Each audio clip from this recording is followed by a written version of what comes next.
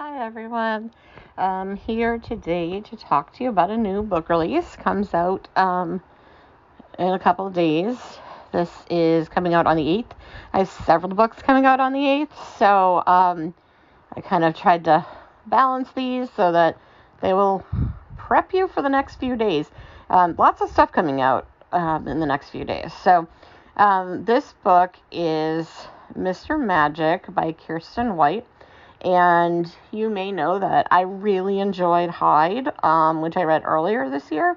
And I know, it sounds like that was kind of not a lot of people liked it. I know there are some people who really enjoyed it. So, I assume they may like this one as well. Very different though, like a completely different type of book. It depends why you didn't like Hyde. If you didn't like the supernatural elements, there is some supernatural here. I don't know, there's a lot of reasons people didn't like it. But I guess the thing I will say about this is that if you didn't like some of the social commentary in Hyde, then you may not like this book, because it definitely has some strong social commentary. Also, I don't know if this is horror. It's described as horror. And as I kind of explain it, I'll kind of go through why it's hard to really pin down into a specific genre.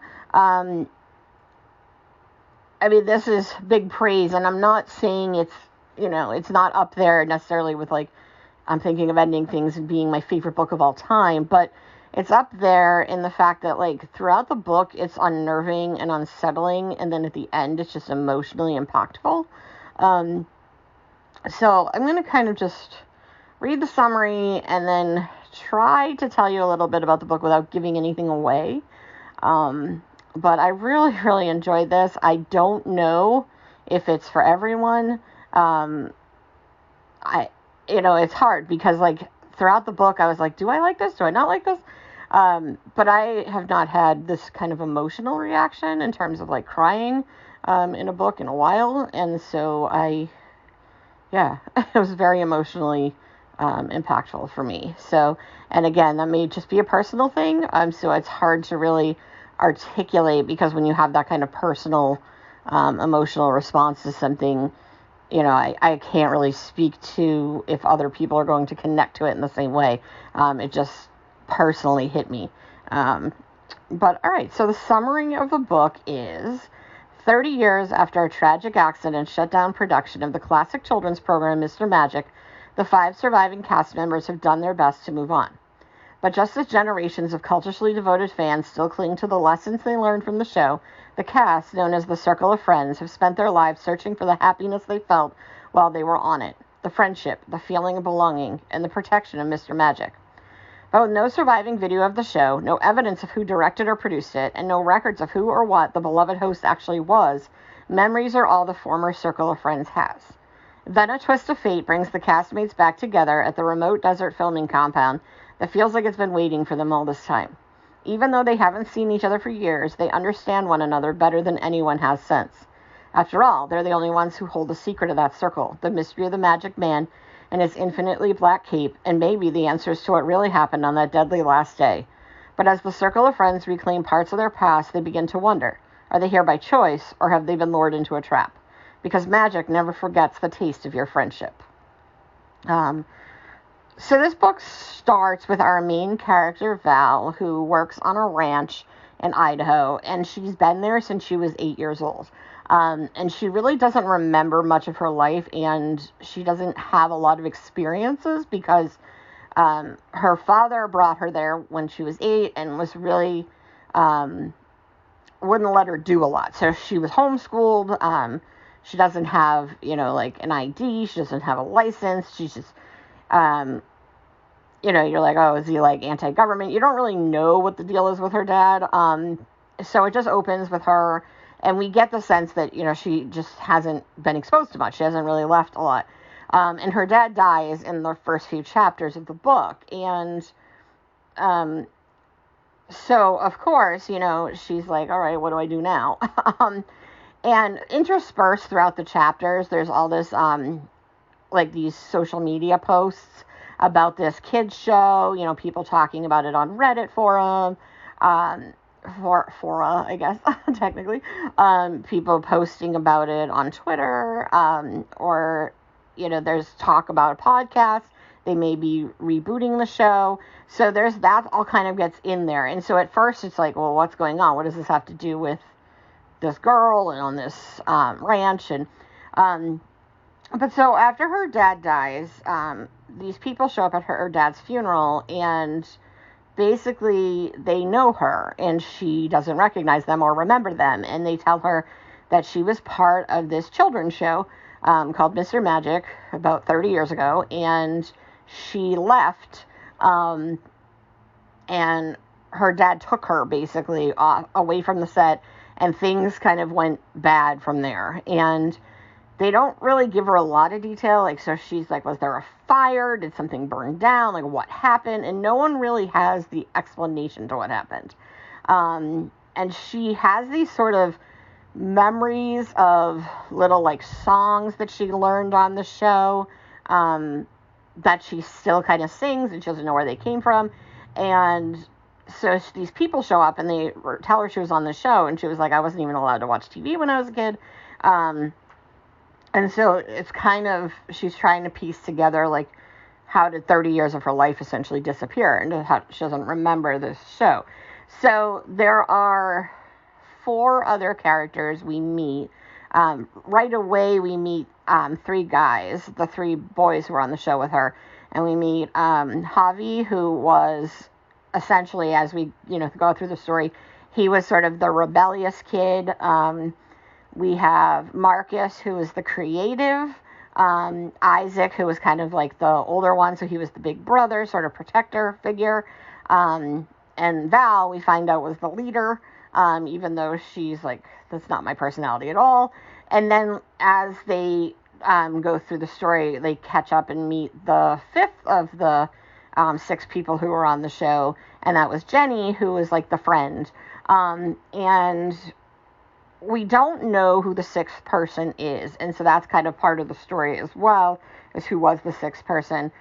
We do find out fairly early, but that's another part of the mystery. So they basically travel from Idaho into Utah, and they come across this, like, creepy house, and it's hard to really get an image that says it, but basically it's like this 6-story house, and it's pure white. Everything in it is white. Every floor looks exactly the same, but it, like, Val describes it as basically like if a kid drew a house and then copy and pasted, like, their drawing, just floor after floor after floor. So it's this kind of weird looking house, and so they each get their own floor, but they all basically have the same layout. And so they decide she doesn't really want to stay there, but there's not really anywhere to go because they are in the middle of the desert in Utah. And they tell her that after all this time, her mother's alive. And so that's why she kind of goes on this trip. And so she says, oh, okay, I'll stay at this house, and then I'll go visit my mom, because I didn't know my mother was alive. And I want to know more about, that I was kidnapped, and was I kidnapped? Like, was my mom looking for me? I thought my mom was dead.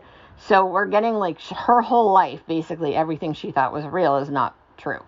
So they're in the middle of the desert, and there's, like, nothing except this one house. And then, some things happen. I'm not going to go into too much detail, but basically there are, like, TVs in each of the floors, and the TVs come on at night, even though, like, there's nothing else, like, no other power, nothing else seems to be on.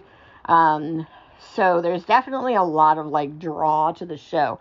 And while they're in this house and they're, planning to visit Val's mom, they're also planning to go to this gala that's sort of a welcome gala in this local town where Val's mom happens to live. And it's for them and, to kind of reboot the show. And they're also meeting with this podcaster who's doing the interviews in the basement of the house they're staying in, which is kind of weird, obviously. And so they go into town, and it's weird because it's in, like, the middle of this desert, and there's this, like, perfect, beautiful town. And then, Val's like, wow, why didn't we stay here? This place is gorgeous. Like, what's with this town? But it's very weird because, like, everything in the town is just, like, perfect. And it's all good, and it just feels very, like, why is this random perfect town just, like, this all here and, like, in the middle of the desert, and there's nothing else anywhere. So it's a little weird. They find out it was, like, a town that was settled way back in the day by these people that Brigham Young didn't like. And so this town kind of formed its own, like, town and community, branching away from the Mormons.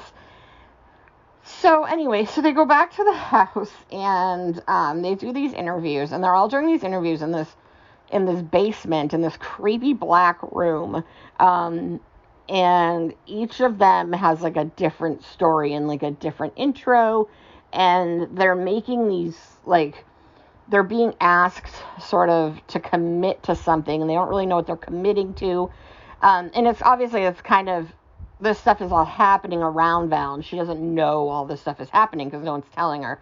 But basically it's all about, they want to essentially bring back the show, but in the last few episodes, they never saw Mr. Magic, and so they're trying to figure out, like, what happened in the show, where's the sixth character, what happened to Mr. Magic, who was Mr. Magic. So there's a lot of, like, supernatural elements here, and essentially, like, you find out that, like, a lot of the parents, like, sent their kids, like, requested to send their kids to this show. And we find out Javi, who was the sort of rebellious one, later on was sent to, like, a wilderness camp because he was constantly, like, difficult for his parents. And then we learn things about each of these people who essentially, they're not the people that, like, their parents wanted them to be, so that they were, like, sent to this show to kind of be retrained and reprogrammed, essentially, into, like, appropriate and good kids. And so that's as much as I feel like I can say without giving away major parts of this plot. And it's very psychological. There's there's so much that's going on that it's hard to articulate without giving anything away. But I will say it's extremely emotional. And for, like, just as, like, a trigger warning, like, this is definitely a horror novel that's a metaphor for trauma. In particular, I mean, I think, religious trauma, but it could be really any trauma. And so that is kind of why I, like, found it very emotionally. It hit me really hard emotionally. And it deals a lot with, like, nostalgia, but also, like, the memory you have of, like, your childhood, and, like, how do you remember things, and were they what you thought they were, and, how there's that, like, sense as you get kind of older, like, do I want to go back to that time? Do I want to be that person? Am I the person I should have been? So that's basically a really, really vague description of this book. I really loved it. I highly recommend it. And I definitely would love to talk to you about it if you've read it, because there's a lot to talk about, but I don't really want to say much else. So go read it, check it out, talk to me about it when you're done. And, I hope you enjoy it. I mean, enjoy is weird. I cried through the whole thing. So, all right. Bye.